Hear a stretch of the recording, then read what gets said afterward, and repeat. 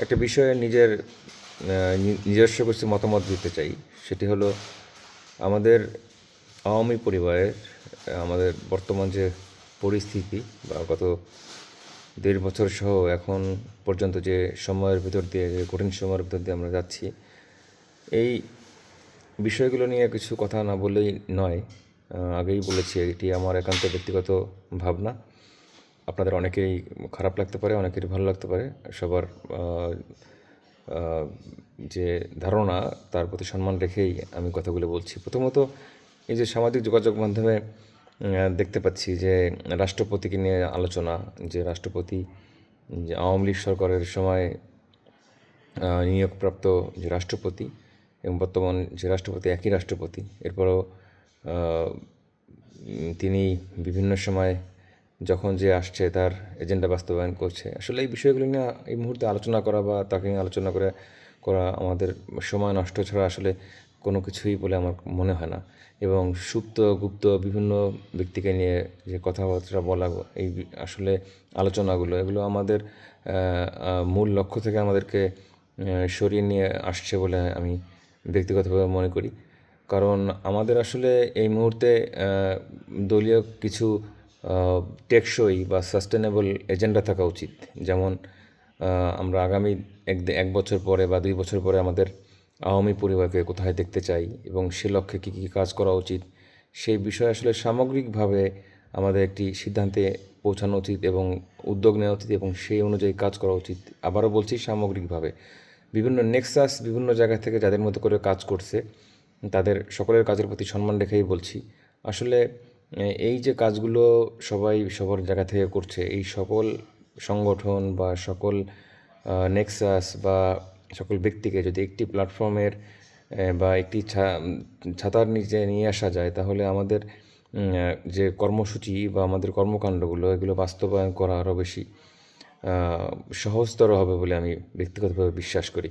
আসলে এই মুহূর্তে আমাদের বা এজেন্ডা হওয়া উচিত আমাদের আন্দোলন সংগ্রাম বা আমাদের যে জায়গা থেকে, যে যার জায়গা থেকে যতটুকু উদ্যোগ নিচ্ছেন, সবারই কিন্তু আসলে উদ্দেশ্য হওয়া উচিত যে আমাদের যে দলীয় প্রধান মাননীয় আমাদের নেত্রী, জননেত্রী শেখ হাসিনা, তাকে সামনে রেখে আমাদের সমস্ত কর্মসূচিগুলো আসলে বাস্তবায়ন করা উচিত বলে আমি ব্যক্তিগতভাবে মনে করি। বিভিন্ন জায়গা থেকে বিভিন্নজন নিজ উদ্যোগে যে মিছিল বা মিটিং বা বিভিন্ন রকম কর্মকাণ্ডগুলো করা হচ্ছে, তাদের প্রতি সম্মান রেখেই বলছি, এই কঠিন সময়ে কাজগুলো করা খুবই কঠিন কাজ এবং দুঃসাহসিক কাজ। তাদের প্রতি সম্মান রেখেই বলছি, এই কাজগুলো যদি আসলে কেন্দ্রীয়ভাবে যদি নির্দেশনার আলোকে করা হয় আমাদের দলীয় প্রধানকে সামনে রেখে, তাহলে একটি সমষ্টিগত আন্দোলন গড়ে তোলা সম্ভব বলে আমি ব্যক্তিগতভাবে মনে করি।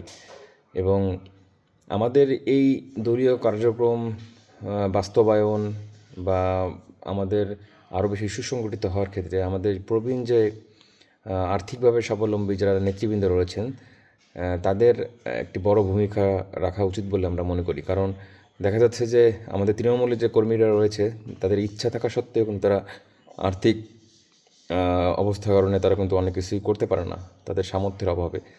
তাদের কিন্তু আসলে পাশে দাঁড়ানো আমাদের স্বাবলম্বী এবং প্রবীণ নেতৃবৃন্দের দায়িত্ব বলে আমি ব্যক্তিগতভাবে মনে করি।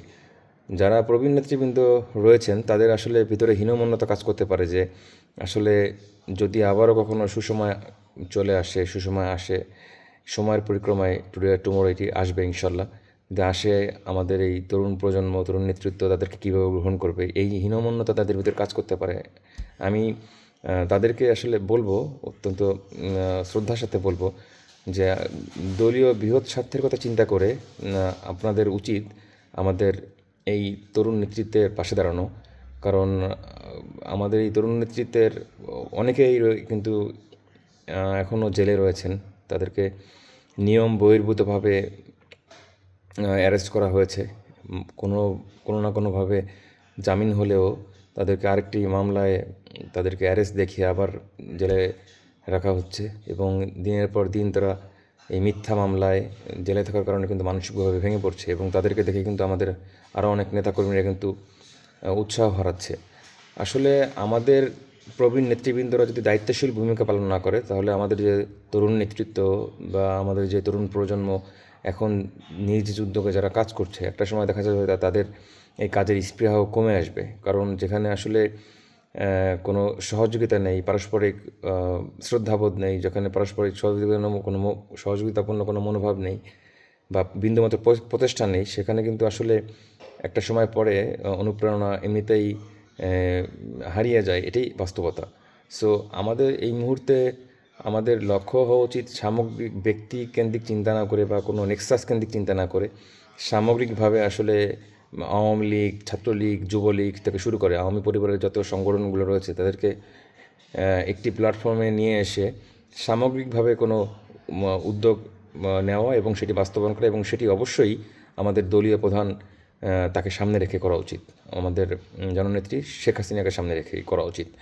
এবং এই বিষয়গুলো করতে আমরা যত বেশি দেরি করব, দেখা যাবে যে বিচ্ছিন্নভাবে হয়তো আমরা কিছু কাজ করতে পারবো, কিন্তু সেটি আসলে সামগ্রিকভাবে কোনো ভালো কিছু দীর্ঘমেয়াদী ভালো কিছু বয়ে নিয়ে আসবে বলে আমার মনে হয় না।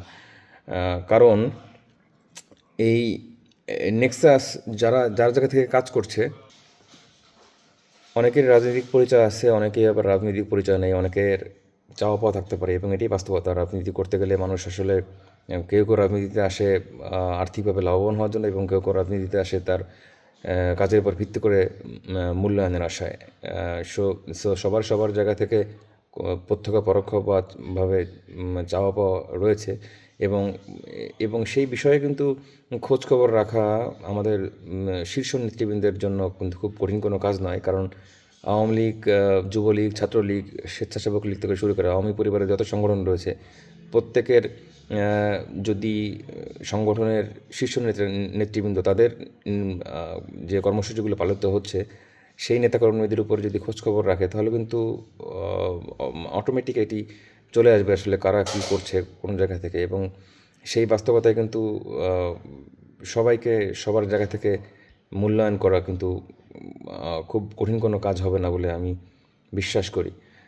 আমাদের আসলে আওয়ামী লীগ, ছাত্রলীগ, যুবলীগ, স্বেচ্ছাসেবক লীগ সবার জায়গা থেকে সুসংগঠিত হয়ে যদি সবাই একটি প্ল্যাটফর্মে আমরা এই মুহূর্তে আসতে পারি, এবং আমরা আমাদের যারা ইতোমধ্যে কারান্তরীণ যে নেতাকর্মীগুলো রয়েছে তাদের যদি ঠিকমতো খোঁজখবর রাখতে পারি আমাদের সামর্থ্য অনুযায়ী, যাদের সামর্থ্য রয়েছে, তাহলে দেখা যাবে যে আমাদের কর্মসূচিগুলো আসলে বেশি পাকাপোক্তভাবে টেকসইভাবে আমরা পালন করতে সামর্থ্য হচ্ছি। এবং দেখা যাচ্ছে যে যারা তরুণ প্রজন্ম, যারা নতুন যারা যারা তরুণ রয়েছে, যারা স্বেচ্ছায় কাজ করতে চাচ্ছে, তারা আরও বেশি উদ্যমী হয়ে উঠবে, উৎসাহিত হবে আগামী দিনে আমাদের লড়াই সংগ্রাম বাস্তবায়নের ক্ষেত্রে। সুতরাং আমি আমার এই ক্ষুদ্র জায়গা থেকে, ক্ষুদ্র জ্ঞান থেকে আমার যেটি মনে হয়েছে আমি সেই বিষয়গুলো বললাম। এই সময়টি আসলে গ্রুপিংয়ের সময় নয়, এই সময়টি আসলে নিজেকে জাহির করার সময় নয়। সবার ব্যক্তিগত চাওয়া পাওয়া থাকতে পারে, ব্যক্তিগত পছন্দ থাকতে পারে, মাইম্যান থাকতে পারে, সব কিছুর ঊর্ধ্বে গিয়ে এই মুহূর্তে সবার একতাবদ্ধ হয়ে একটি ছাতার নিচে এসে একটি লক্ষ্যে কাজ করা উচিত বলে আমি ব্যক্তিগতভাবে বিশ্বাস করি। আমি আশা করি আমি যে কথাগুলো বলতে চেয়েছি আপনারা সেই কথাগুলো বুঝতে পেরেছেন।